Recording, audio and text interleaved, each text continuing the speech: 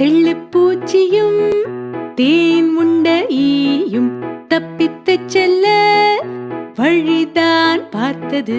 வீட்டின் மேற்புறம் ஓட்டை இருந்தது. விரைவாயிரண்டும் தப்பி பறந்தது.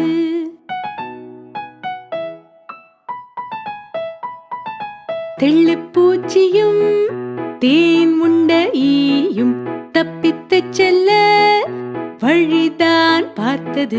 வீட்டின் மேற்புறம் ஓட்டை இருந்தது. விரைவாயிரண்டும் தப்பி பறந்தது.